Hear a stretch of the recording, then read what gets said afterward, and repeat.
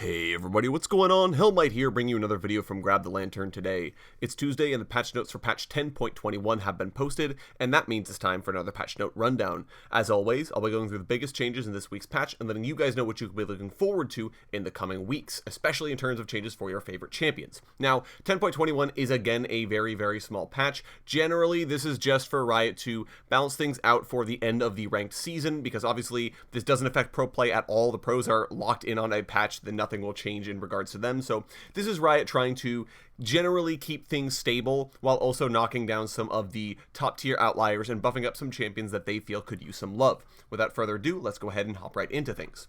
Aphelios is back in the patch notes with some buffs this time around.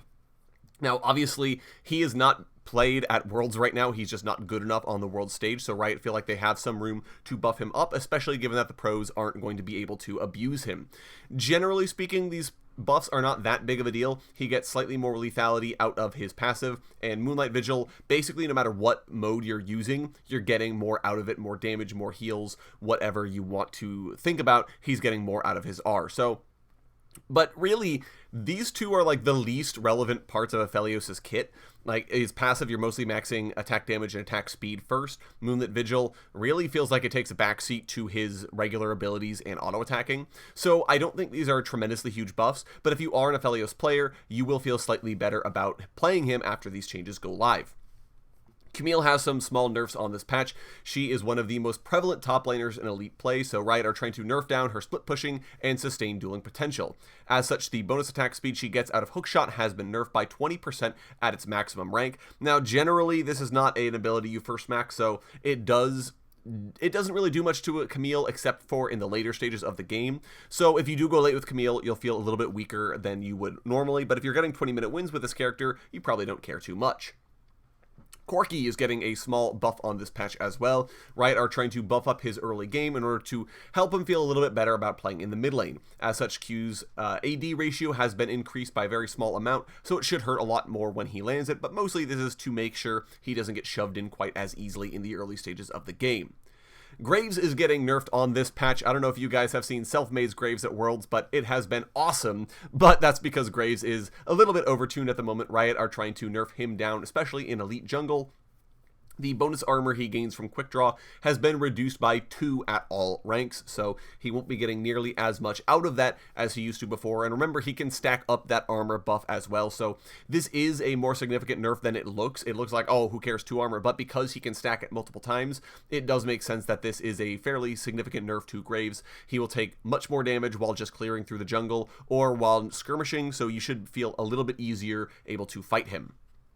Hecarim is bringing down his burst damage here. The base damage on Devastating Charge has been reduced by 10 at all ranks. So generally speaking, he's going to do significantly less damage right up front. Now, this doesn't look like a huge change, but remember, since this is a first max, it does tone him down a little bit, especially in the early stages of the game. Doing 35 damage versus doing 45 damage does actually make a difference. So this is a nerf to Hecarim, a very small nerf, but a nerf nonetheless. Karma has some interesting changes on this patch.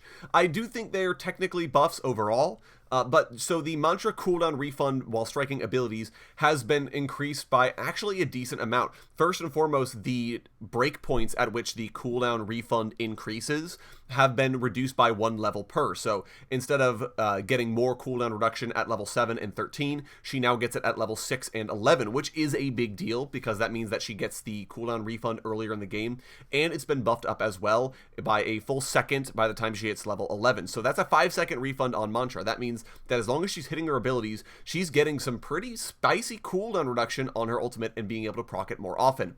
However, the basic attack cooldown refund has been reduced down to 1 second. So what this means is that a top lane Karma who is able to reduce Mantra's cooldown by just auto-attacking the enemy top laner off cooldown, she will get less value out of that.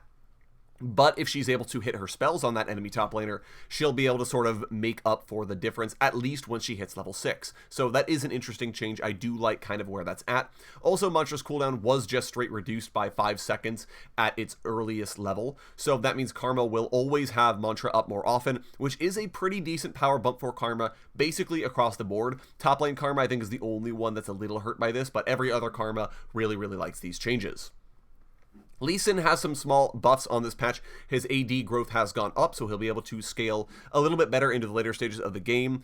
I'm not a fan of this. Lee Sin's damage was really the only thing that fell off for him in the later stages of the game, and even then, not by that much. So the fact that Riot are letting him scale better now means that there's almost no reason to not play him. He has decent scaling damage, he has utility, he has mobility, he has sustain. I am not a fan of this particular buff to Lee Sin, especially given that it's not even a skilled way to buff Lee Sin, it's just a straight buff to what he does. So either way though, if you are a Lee Sin player or if you're looking to play some strong junglers, Lee Sin is a good one to pick up. Meanwhile, Nidalee is getting an attack damage debuff here.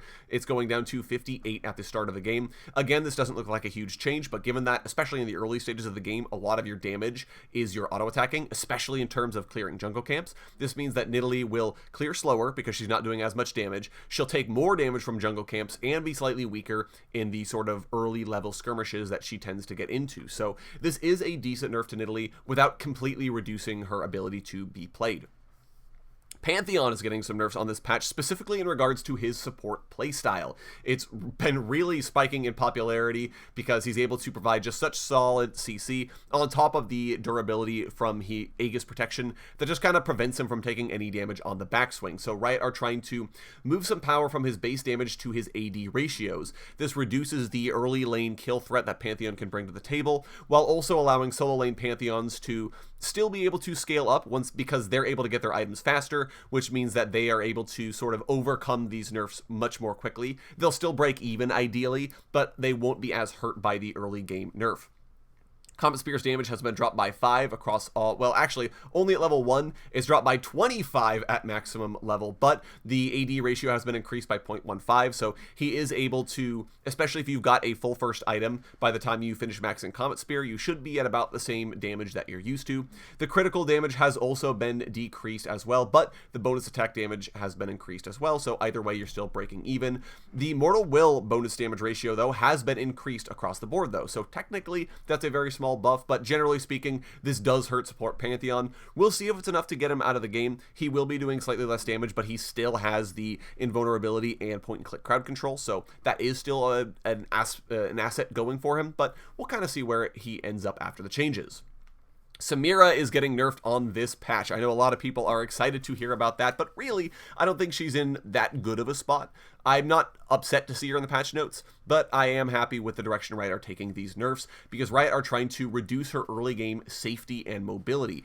As such, Wild Rush's cooldown has been increased by 5 at its earliest level, and it cools down to a 12-second cooldown at maximum rank, as opposed to 11 seconds, so that's not a huge deal once it's maxed, but the 20-second cooldown is a big deal for this ability, because it means that if she uses it defensively, she won't have it up in order to immediately re-engage. This was already an ability she only got about once per wave, so now she's using it defensively. She's stepping up to last hit a minion and then dashing to safety. Well, she's pretty much used it. She's not going to be able to then re-engage, and it gives her opponents more time to bully her and pressure her since they know her mobility is down. The attack speed it grants has also been reduced by 10% at all ranks, so again, Samira will be hurt a lot more by using this defensively than if she's using it to actually go in. This is a change that's sharpening Samira's edge by saying you need to be picking fights, you need to be playing aggressively, and just sitting around using Wild Rush as your get out of jail free card will be a lot more painful for you now after these changes, so I do like where this is at. I think it's a good place to be for Samira. Trundle has some small changes on this patch as well. He is healing slightly more from King's Tribute, but the better thing is that now it doesn't have arbitrary level breakpoints to scale up. Now it's just a straight scaler across every level. So as long as he levels up, the heal he gets from King's Tribute is getting stronger, which is a very nice change for Trundle. Before, the first time it would level up is at level 5, which kind of feels bad. So this is sort of in line with the Alawi changes Riot did a patch ago, where they smoothed out the tentacle spawn cooldown that she gets. This is the same sort of thing for Trundle. And Frozen Domain's cooldown now decreases with rank, so he is slightly more incentivized to put points into it because he can get this back up faster in 11 seconds. That's not a bad cooldown for Trundle to have on that ability. Finally, we have Udyr. Riot are buffing Phoenix stance yet again. The aura damage has been increased by 60 at maximum rank. They really want this to be an option compared to Tiger stance. I still don't know if I like this better than Tiger Stance. I feel like most Udyr players are going to just stick with the Tiger Max and not worry about Phoenix Stance at all. And I think at this point it's just a problem with the champion. You have your 2 utility stances and your 2 damage stances, but unlike damage, utility is sort of useful to have 2 utility abilities, but if you have 2 main damage stances, well, you only really need to use one of them. So I feel like it's just a problem with Udyr as a character, and it does feel like something that would be changed if he was to be reworked at some point. Not saying that's going to happen now, but in general, I just don't feel like this change does much for the character as a whole. Finally, we have yet more Nimbus Cloak nerfs. It's been just such a strong rune since its rework, so Riot are really trying to tone it down so there are more options, especially in that tier of sorcery. The bonus movement speed has been decreased down to 5% at its earliest level, so just really hurting champions in the early stages of the game. Now, it does go up to 35% at its final stage, so that is a little nice, but in the early stages of the game, you're basically getting no movement speed out of this, and the movement buff duration has also been reduced down to just 2 seconds from 2.5, so Nimbus Cloak will feel even worse in the early stages of the game. If you're taking it because your character has synergies with movement speed, so for example Hecarim, and you're going to be playing a late game anyways, then it doesn't really matter, you're still probably taking Nimbus Cloak, but especially the champions that are using it to abuse their good early game, they will feel this nerf in particular. And that's going to be it for me today, guys. Like I said, a very small patch. Was able to actually talk about everything today, so that's always fun when I can do that. Let me know which changes you're most excited for down in the comment section below. I know I don't particularly care about any of these champions that got changed on the patch, but hey, if there's something you're really excited for or something you're really not excited for, like the rebuffing and remetaing of Aphelios, let me know that down in the comments. I would love to hear your thoughts. If you enjoyed today's video, go ahead and leave a like. And if you really enjoyed today's video, consider subscribing. I upload a video just like this every Monday, Friday, and on patch days like today as well. Once again, thank you guys so very much for watching. I do appreciate it, and I'll talk to you all later.